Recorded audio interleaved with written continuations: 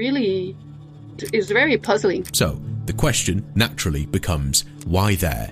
Why was CERN built near Geneva? Officially, the answer is simple. Switzerland is politically neutral, stable, centrally located in Europe, and able to host an international scientific organization without geopolitical tension. But when you step back and look at the physical location, not just the political one, the choice becomes more interesting. CERN sits in a very specific part of Europe, close to the Alps and near the Mont Blanc Massif, the highest mountain in Western Europe. This is one of the most geologically complex and active regions on the continent. Mont Blanc is not just a mountain, it's a massive geological structure sitting on top of deep fault systems, tectonic pressure zones, and complex rock formations. Researchers in geophysics and geobiology have pointed out for years that large mountain ranges are associated with unusual natural phenomena, natural electric currents in the ground, variations in the Earth's electromagnetic field, and strong mechanical stress in certain minerals like quartz, which can produce electric effects under pressure. Now, there's no official story for that, of course, but it does raise a reasonable question. If you were going to build a machine that pushes matter and energy to their limits, wouldn't you want to place it somewhere that's already geologically stable, structurally strong, and capable of supporting massive underground installations? Then there's the deeper layer, the one that humans have been pointing at for thousands of years. When people talk about energy grids, they usually point to the same strange pattern. The most important structures in human history don't seem to be placed randomly.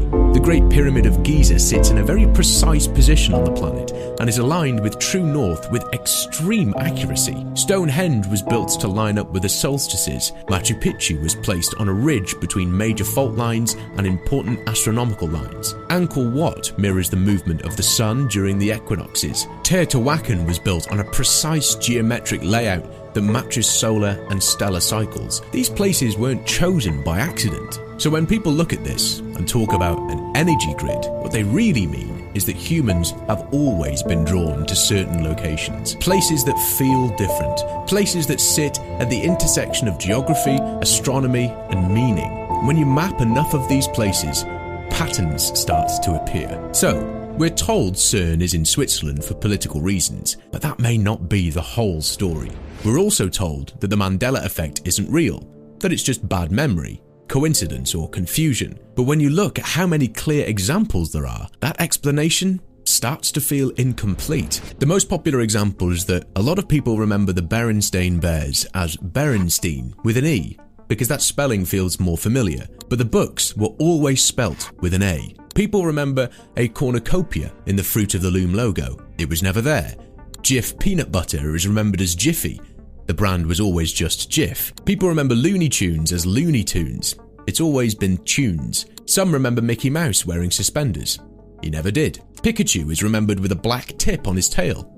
Never existed. Many remember Tinkerbell dotting the I in the Disney logo. That version never existed. Some people remember the Mona Lisa as frowning. The painting has of course never changed. Ed McMahon is remembered delivering giant checks for Publishers Clearing House.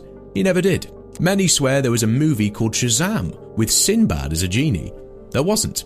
People remember Darth Vader saying, "Luke, I am your father."